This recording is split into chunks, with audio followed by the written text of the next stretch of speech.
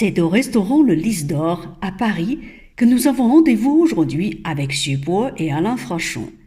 Nous allons parler du livre intitulé « Au commencement et des Shanghai » que Xu Bo vient de publier aux éditions Sidney-Laurent.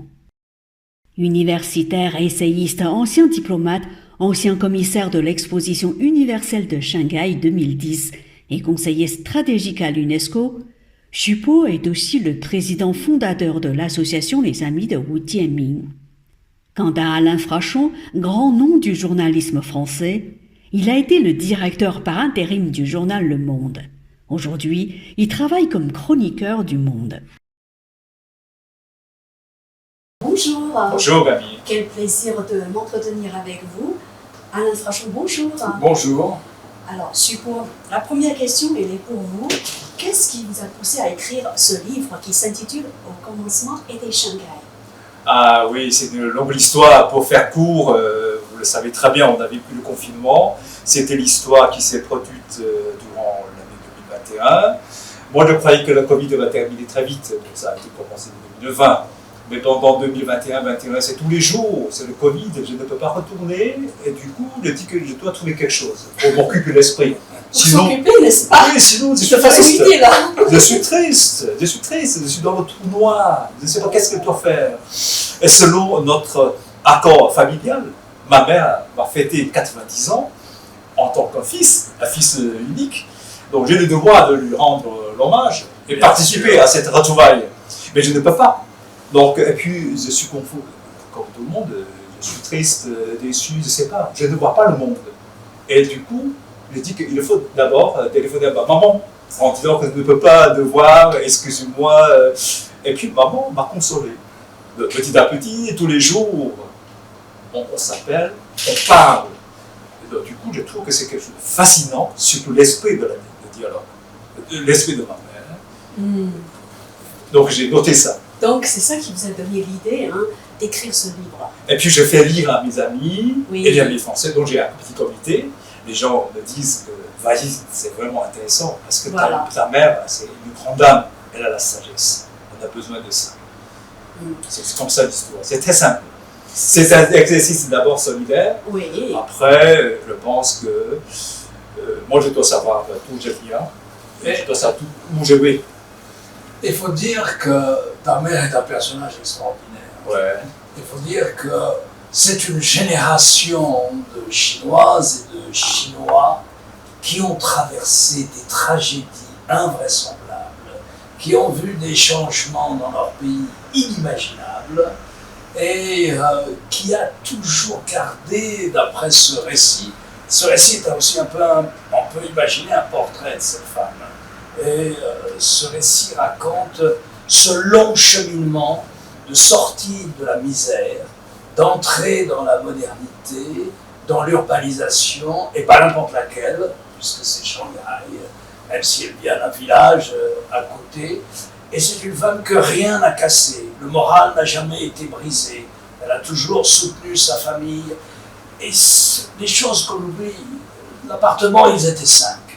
L'appartement fait 22 mètres carrés. Ouais. 22 mètres carrés. On travaille très jeune. Les conditions sont inimaginables pour un Chinois d'aujourd'hui ou pour un Européen d'aujourd'hui. Et à travers ce récit, et notamment à travers ce portrait, ce que j'ai beaucoup aimé dans ce livre, c'est le cheminement dans la vie de 2 générations de Chinois. La mère de Xu Bo et lui-même. Et ça, c'est passionnant. Ce n'est pas seulement Shanghai, c'est Shanghai, bien sûr, on en parlera, mais c'est aussi la vie de 2 générations de Chinois. Je suis en tout cas très touché en écoutant ce que ma mère m'a raconté, déjà de l'histoire qui a répété plusieurs fois, mais de vive voix, encore une fois, je lui pose la question dans quelles conditions je suis né, et elle m'a dit que c'est à peu près vers 3h du matin. Toi, tu as lu le livre. Pour moi, c'est un chapitre émotionnel, sur le signe de rat. Sur le signe de rat. Voilà. Et après avoir donné la naissance, elle est fatiguée, elle est épuisée. Mais à l'époque, elle n'a rien mangé. Il n'y a rien à manger. Elle n'a rien à manger. Et le matin, rien à manger. Oui, et mon père, il est venu. Donc, mon père, il il est fou de joie, c'est un fils, oui, donc c'est un descendant mâle. Pour Pour les Chinois, c'est le premier. oui. Ouais, Oui. Parce que l'aîné, c'est deux filles. Hein. Oui. Donc mon père dit que, ma chérie, qu'est-ce que je peux t'apporter? Ma mère, qu'est-ce qu'il a répondu? Allez aux cantines, ramenez-moi un bol de bouillon du riz. Et ça vous a beaucoup ému, hein? Non, c'est. Alain Frachon. Vous ne pouvez pas l'imaginer aujourd'hui. Oui, Une femme vient d'accoucher, elle n'a rien mangé. Elle n'a pas le droit d'avoir un gramme de viande, un milligramme du lait, du poisson, dans tout ce qu'on peut imaginer comme ça, pas mal de choses. Parce que c'est la grande famille. C'est un moment de. Elle a vécu la privation. Oui, mais même acte comme justement. C'est le moment de ce qu'on a appelé le grand bond en avant. Oui, Juste après. Juste après. Oui, mais c'est la période très, très triste. 1960. Comme Alain a bien mentionné, il a la gentillesse de lui, et puis il a écrit des mots de recommandation. Je te remercie infiniment. Et ma mère, c'est une fille de campagne, mais elle a pris son destin dans sa main, parce qu'elle a connu la guerre anti-japonaise, après la guerre de libération, la guerre civile, après la campagne de la réforme de rurale. Le grand bond en avant, oui. Ah non, la réforme de terre, et son père classé comme le propriétaire de foncier. Oui, il est obligé de quitter la ville. Oui. Et elle traverse tout. C'est la révolution culturelle. Elle a et mon père, quelqu'un qui est craintif, sincère, mais timide. Donc c'est ma mère qui a sauvé notre famille. Donc dans l'histoire, j'ai raconté ça. Et comme elle a dit, que c'est un destin très fort. C'est une dame très forte. C'est un très beau passage du livre, c'est quand la mère de famille dit au père qui est déprimé, elle lui dit non, écoute, tu n'as pas le droit. De se suicider. Tu n'as pas le droit de mettre fin à 10 jours, tu as 3 enfants, tu vas en faire des mendiants. C'est un très beau passage. Ouais, je suis très touché en tant que fils. C'est pour ça que Alain Frachon, vous avez écrit, hein, c'est toute une vie de Chinois qui défile ici. Une vie de travail, la saga d'une ascension au fil des hauts et des bas de la politique de son pays. C'est une petite histoire qui éclaire la grande histoire. Et oui, parce que ce sont les destins individuels qui racontent aussi l'histoire. Ce n'est pas seulement les chefs politiques, ce n'est pas seulement les tournants au sein de l'État ou les tourments, et Dieu sait qu'il y a eu des tourments, mais c'est aussi les destins individuels, et c'est ça qui est passionnant, et c'est ça qu'on oublie trop vite. Si vous voulez, on vit dans des générations, je ne sais pas, peut-être c'est l'immédiateté du numérique qui fait qu'on a toujours le sentiment que la seule époque qui compte, c'est la nôtre. Et en fait, non, c'est pas vrai. C'est pas la seule époque qui compte, c'est pas la nôtre. Non, ce qui nous arrive n'a rien d'extraordinaire. Les gens ont vécu d'autres choses et souvent, on n'en a pas la mémoire. Et si on n'a pas la mémoire de ce passé, même d'un passé récent, puisque parlons du début du XXe siècle, par exemple, la naissance de la République en Chine, puis la guerre avec les occupations japonaises, même un peu plus loin, si on veut remonter au XIXe siècle, 1840, lorsque les Européens arrivent en Chine pour exploiter les matières premières et les richesses de la Chine, c'est aussi une date qui compte et ce n'est pas il n'y a pas si longtemps que ça. Ouais. Et si on oublie à quoi ressemblait hier, ben on ne comprend pas grand-chose à aujourd'hui. Oui, effectivement. Je pense que le confinement me permet de comprendre le passé. Le passé, c'est un miroir pour me refléter l'avenir. On est tous quelque sorte des enfants du passé. Et or, comme elle a justement mentionné, et nos enfants, ma fille, sa génération, on pense que tout est donné. Donc, elle n'a pas connu la pénurie, elle n'a pas connu dans quelles conditions ma mère m'a donné la naissance. Et c'est incroyable. Donc, vraiment, de l'autre côté, il était positif pour moi. Exactement. Parce que je réfléchis, le sens de la vie. Qu'est-ce que la reconnaissance? Le sens de la vie, la reconnaissance. Oui, les connaissances. Et je crois savoir que quelqu'un a écrit, il a dit quelque chose de très fort. Il a dit, oublier le passé, c'est un crime. Ouais. Évidemment, moi je suis tout à fait partisan de cette thèse-là. Oui, c'est même encore, si vous voulez, il y a plusieurs manières de parler du passé. Il y a regarder le passé avec la sensibilité contemporaine. C'est intéressant, mais idéalement, il faut essayer de se représenter la sensibilité qu'on avait hier. Il y a un grand écrivain français, je crois que c'est Aragon, qui a dit « Il faut regarder hier avec les yeux d'hier ». Parce que sinon, vous portez un jugement qui est plein d'ignorance. Vous portez un jugement avec la sensibilité contemporaine, sans vouloir se donner véritablement le temps de comprendre quelle était la représentation du monde et les conditions de vie des gens hier. Ceci dit, quand on pense au passé, on n'oublie pas le passé, c'est pour éviter les erreurs qu'on a commises dans le passé. Sinon, à quoi bon oui, parce qu'on doit faire le progrès. Nous sommes des humains, on est intelligents, et il ne faut pas répéter les fautes, les bêtises que nos ancêtres, les générations précédentes ont commises. Exactement, là-dessus on est tous d'accord.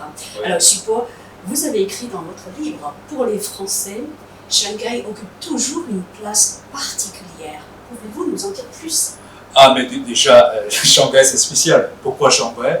Il y a l'influence française, donc ça résume par la concession française, par cette inférence de la culture française, chinoise. Donc Shanghai c'est toujours très d'union. C'est pourquoi le communisme chinois est né dans la concession française.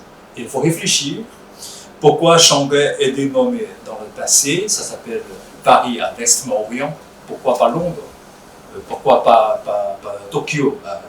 Donc moi je me dis que s'il n'y a pas la présence française, Shanghai sera une ville banale, c'est-à-dire ordinaire, comme une ville de Hong Kong, de Tokyo, de Singapour. C'est un comment dirais-je, c'est un enclave financière, c'est une ville de finance. Mais maintenant, c'est un conglomérat à la fois de finance, à la fois de la rencontre de culture. La présence française nous doit laisser des traces très fortes. Donc il faut l'exploiter. En passage, je dois signaler aussi un nom, si je ne me trompe pas, le missionnaire, le père Janico. Janico qui a sauvé plus de 300 000 Chinois dans l'occupation française, japonaise, pendant la guerre anti-japonaise. Vous savez, la ville a été battue, occupée par les Japonais. Bien sûr. Vous connaissez l'histoire. Juste après le massacre de Nankin. Après Nankin. Oui, donc c'est un Français qui nous a sauvés, et sa zone de réfugiés est beaucoup plus importante que celle à Nankin. Mais on a un peu oublié. Mais ça ne veut rien. Nous sommes là, il faut répéter. Vous êtes là pour le rappeler aussi. Hein, oui, donc, il y a un lien particulier, mais évidemment, il faut dire que Shanghai, c'est une ville où les Français sont beaucoup plus nombreux. Donc, derrière Londres, d'abord, et New York, Shanghai, c'est la troisième ville pour les Français. À l'époque, quand j'étais au Shanghai, c'est plus de 20 000. Même dans la rue, quand je me promène, j'entends les gens parler français. Donc c'est particulier. Pour moi, il y a beaucoup de raisons qui s'expliquent. Et Alain Frachon, à vous êtes journaliste français. Que représente pour vous la ville de Shanghai? Eh ben moi, je suis shanghaïen. Vous êtes shanghaïen? Comment ça?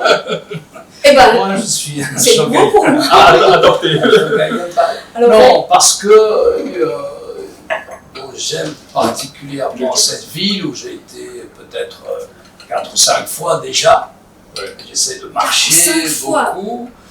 Et bon, il y a plein de raisons. Il y a évidemment ce qu'a dit Soubo, mais historiquement, si vous vous intéressez un peu à la Chine, vous n'échappez pas à Shanghai. C'est impossible parce que, bon, c'est là qu'arrivent les Européens, les Anglais, les Français, les Allemands, et puis les Américains, pour, il faut bien dire les choses comme elles sont, pour exploiter les ressources naturelles de la Chine, notamment le coton, le textile, dans des conditions impitoyables, comme tu le racontes.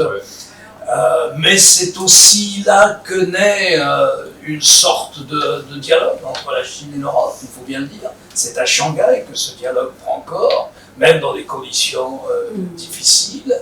C'est une ville où va naître le Parti communiste chinois en juillet 1921. C'est une ville où, précisément d'ailleurs, dans un hôtel qui se trouve dans le quartier de la Concession française, en février 1972, va être signé le communiqué de Shanghai sur le renouveau des relations entre les États-Unis et la Chine. Eh ben voilà un sujet d'actualité. Et donc, si vous Ben voulez, cette ville est au cœur de l'actualité, et cette ville, c'est la porte d'entrée pour la Chine. Et c'est vrai que quand vous vous promenez à l'intérieur de Shanghai, c'est un exemple d'urbanisation assez unique au monde, où le passé est là. Le passé n'a pas été détruit au titre d'une modernisation superficielle. On sent bien que le passé est très présent. Et Pudong incarne l'avenir, la modernité, mais c'est aussi vivable. Il y a des allées, il y a des parcs. Et donc Shanghai, si vous voulez, il y a plein de choses derrière Shanghai. Il y a une décision chinoise, implicite ou explicite, je ne sais pas, mais qui est de dire l'avenir c'est les villes. L'avenir c'est pas la campagne. C'est très bizarre parce que la révolution chinoise est née à la campagne. Et c'est voulu une révolution rurale avant d'être ouvrière, contrairement à la révolution russe. Et donc, on a le sentiment qu'il y a eu cette décision implicite, au fond, l'avenir, c'est les villes. Mais il faut faire des villes qui soient vivables. Il faut régler la question de l'eau, de l'électricité, des ressources naturelles, des parcs, des conditions de vie, etc. Et Shanghai, de ce point de vue, est très largement, je dis bien très largement, une réussite. Il ne faut pas oublier Shanghai, 27 à 30 millions d'habitants, la grande agglomération shanghaïenne. C'est la plus grande agglomération chinoise voilà, en termes alors on peut démographiques. calculer différemment, on peut dire 50 millions, 70 millions, peu importe, mais c'est un pays, c'est la dimension d'un grand pays européen, si vous voulez. Et pourtant, vous pouvez marcher dans Shanghai. Vous pouvez marcher, chaque quartier a son charme. Voilà, y compris Pudong, je dirais, y compris Pudong. Donc il y a beaucoup de choses dans Shanghai. Bon, quand tu parles de la ville, donc ça me touche beaucoup. Tu sais que Shanghai est désigné comme la ville où on organise l'Expo 2010, meilleure ville.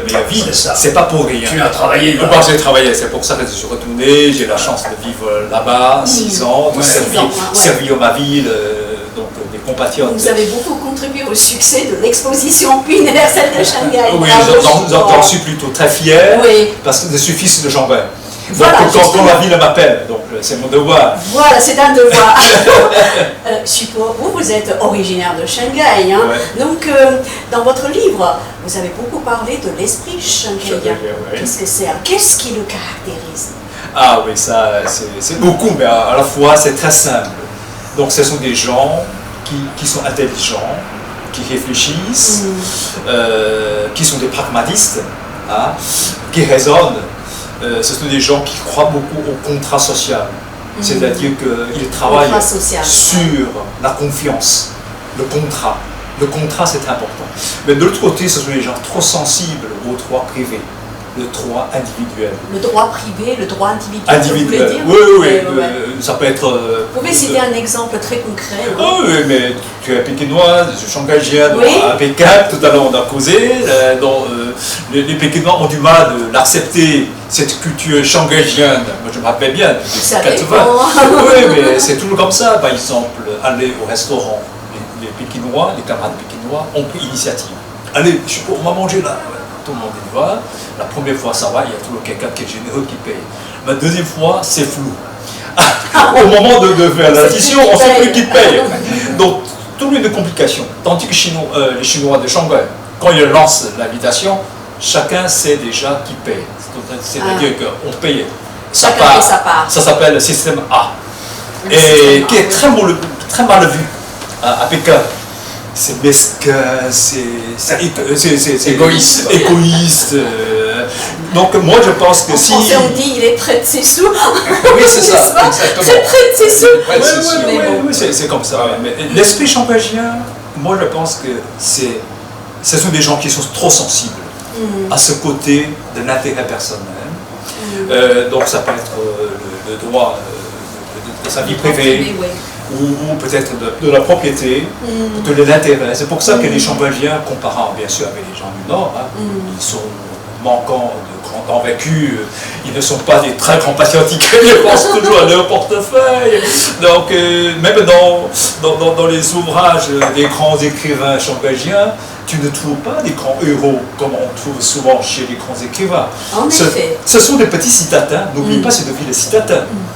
Mais de l'autre côté, moi je trouve que dans le confinement, on a beaucoup réfléchi. Ce sont des gens qui sont plutôt bien. Premièrement, ils réfléchissent. Ils ne n'obéissent pas à n'importe qui. Ils le calculent, ils le raisonnent. Donc, la conscience de droit privé, ou individuel, c'est un progrès. Premièrement. Deuxièmement, ils respectent ta vie privée. Troisièmement, ils croient beaucoup à la confiance. C'est une ville faite par le contrat. Sans le contrat, la ville va écrouler. Il y a beaucoup de cas qui s'expliquent pourquoi le confinement dernièrement qui est mal vécu. Parce que le contrat a été cassé. Donc les gens qui font beaucoup au contrat social, ce qu'on appelle le pays de droit, la ville de droit, c'est le sens de modernité. Et les Shanghaiens sont jalousés, parfois mal compris, parfois maudits. Même durant le dernier confinement, on va discuter tout à l'heure, moi je n'ai pas de tabou, je suis là pour faire comprendre pourquoi les Shanghaiens qui regardent c'est comme ça. Parce que les gens qui font confiance au droit social, contrat, c'est une modernité. C'est une modernité qui est importante. La Chine va moderniser. Et on a besoin, c'est l'esprit de résilience. Ma mère qui représente plutôt une femme patente, résilience, résistante. Mais Shanghai, c'est aussi des gens de pragmatistes, des gens savants. Ils ne croient pas à n'importe qui. Ils le calculent, ils le regardent, ils le raisonnent. Et puis comme confiance en droit comme social, contrat social. Et vous comprenez pourquoi je suis shanghaïen. On est un peu influencé. J'aime le compromis, je n'aime pas les positions radicales, j'aime le contrat entre parties prenantes. Je pense que c'est au moins aussi important que le règlement qui vient d'en haut et qui s'impose à tout le monde. Je préfère les sociétés contractuelles, les sociétés de contrat. Ça, c'est très anglo-saxon, pour le coup, c'est pas très français. Et donc, voilà. Mais regardez Shanghai, deux éléments simplement. D'abord la mer, l'ouverture sur la mer, donc l'importance économique, l'importance culturelle, mais c'est pas seulement la mer aussi. Regardez aussi la Chine continentale arrive là. Comment? Avec le Yangtze. C'est pas rien. Un immense fleuve et la côte en plus, c'est une partie de la côte, tout ce qui est arrivé par là. Et les mauvaises périodes dans l'histoire de la Chine arrive lorsque la Chine abandonne la côte pour se concentrer sur l'intérieur. Ça, c'est le dynastie de Ming. Ça, c'était ça. Ouais, quand on arrête, quand on détruit la flotte. Ouais. Après l'amiral Zheng He. Voilà. Et donc, Shanghai a cette force et ce dynamisme, à la fois apporté par l'intérieur, c'est le Yangtze, et ouvert sur l'extérieur, c'est la mer. C'est un des plus grands ports du monde et certainement le plus grand d'Asie du Sud-Est, si on peut dire que c'est déjà un peu l'Asie du Sud-Est. D'où l'esprit d'entreprise. D'où l'esprit d'entreprise. Le Shanghaïen entreprend, le Shanghaïen travaille, certes avec la part qu'il faut, certainement l'appréciation de la vie matérielle et de la bonne vie, mais au départ c'est l'esprit, c'est le risque, c'est l'esprit d'entreprise qui est là à Shanghai. Je vois que je suis face à deux Shanghaiens. Vous êtes minoritaire. Deux Shanghaiens, je suis vraiment vous êtes minoritaire. Voilà.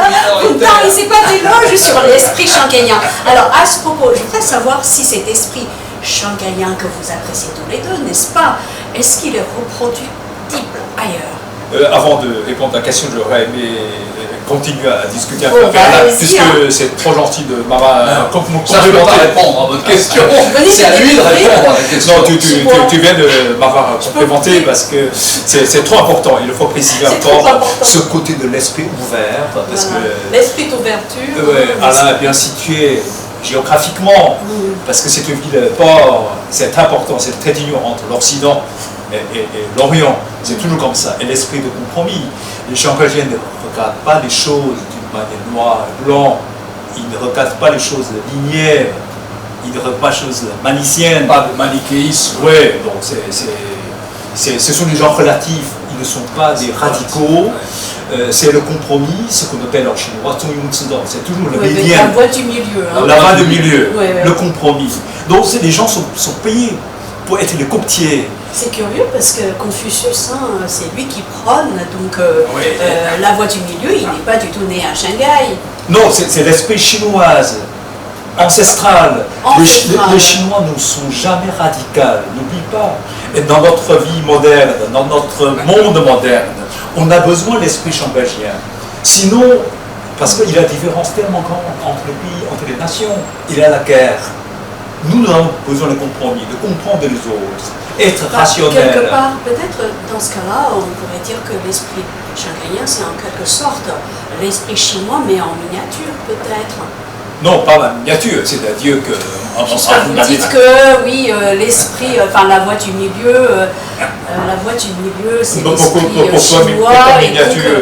Pourquoi miniature? Parce qu'il y a aussi d'autres caractéristiques qui caractérisent l'esprit chinois et l'esprit shanghaïen, c'est, on va dire, c'est un aspect parmi... Ah oui, des éléments, c'est ça. Bien sûr, mais quand on parle de la ville de Paris, on va ville de Lyon, il y a quand même des différences. Regarde, laisse-moi définir ta question. Par exemple, quand j'étais à l'Expo Shanghai, mes compatriotes, mes collègues des affaires étrangères, les amis de Pékin, ils viennent me voir en me disant que félicitations, Chupo. Ce que les Shanghaïens peuvent faire à l'Expo, nous ne sommes pas capables, les Pékinois. Mais ce ne sont pas des gens banals, hein, c'est des gens hautement placés. Bien sûr. Parce que les Shanghaïens sont très fins. Les Shanghaïens sont plutôt calculent sur la base scientifique. Ce sont des gens savants. Après, ils savent très bien le contrat social, c'est-à-dire que vis-à-vis des participants, nous avons 246 unités, c'est-à-dire les pays et organisations internationales. Il faut respecter le contrat, il faut respecter leur intérêt. Les gens sont très fins. Mais dans tout cas, les gens du Nord, vous savez, c'est l'autre cité, quand c'était le cas quand on était au fac, là, les gens qui vous invitent à manger, mais on ne sait pas qui paye l'addition. Mais les Shanghaïens savent, quand ils organisent l'expo, ils savent déjà l'intérêt des participants étrangers et l'intérêt de l'État et l'intérêt de la ville. Tout est noir et blanc. Alors, vous êtes shanghaïens tous les deux, hein. J'aimerais bien savoir si cet esprit shanghaïen est reproduit. Oui, bien sûr. Bien sûr, ça doit être... parce que déjà, il y a beaucoup de gens qui viennent de province qui s'installent à Shanghai.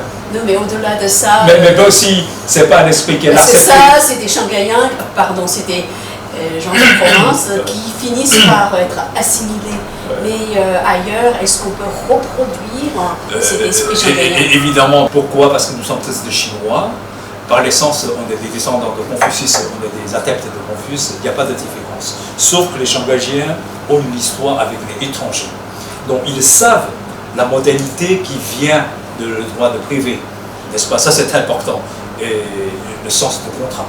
Mais imaginez que la Chine a ouvert depuis 40 ans, tout le monde pense comme ça. Moi je ne pense pas que l'esprit shanghaïen qui est différent par rapport aux Pékinois. Avant, les Pékinois, comme tu dis qu'on n'aime pas les Shanghaïens trop sophistiqués, mais qui est-ce qui n'aime pas la vie sophistiquée? Ça devient la mode. On est dans une société moderne. Moi, je pense que l'esprit shanghaïen s'applique partout. Mais les Shanghaïens doivent être modestes. Parfois, ils sont considérés les Chinois les plus arrogants. Parce qu'ils sont toujours les meilleurs, c'est chez nous, on est les meilleurs. Moi, je ne suis pas d'accord. C'est pour ça que les gens du Nord me prennent pour un Pékinois. Justement, à ce propos, en fait, beaucoup de Chinois pensent que vous n'êtes pas shanghaïen. Alors, est-ce que vous avez l'impression d'être une exception? En quoi vous vous sentez différent des autres shanghaïens? Moi, je pense que... En quoi vous vous sentez différent d'Alain Frachon, par exemple, votre compatriote? Non, je pense que je suis semblable à tous les Shanghaïens, tous les Pékinois. Pourquoi les Chinois disent ça? Vous n'êtes pas... Parce vous que les Shanghaïens sont connus pour être égoïstes. Je suis quelqu'un plutôt patriotique. Dans ma jeunesse, tout ça, je suis toujours très dynamique dans l'intérêt collectif. C'est ma mère qui m'a influencé. Et puis, peut-être aussi raison culturelle, je ne suis pas considéré comme shanghaïen de souche. dans l'école primaire, avec tous mes petits camarades, je suis un étranger, je suis nulle part. Un jour, je suis allé à Pékin pour faire mes études, et je suis devenu shanghaïen. Donc, en dehors de Shanghai, je suis devenu shanghaïen. Donc, par définition, moi, je suis quelqu'un qui est fait pour le dialogue de culture. Quand je suis à Shanghai, je suis pékinois. Quand je suis à Pékin, je suis shanghaïen. Quand je suis à Paris, je suis chinois. Je suis très content d'accumuler tout.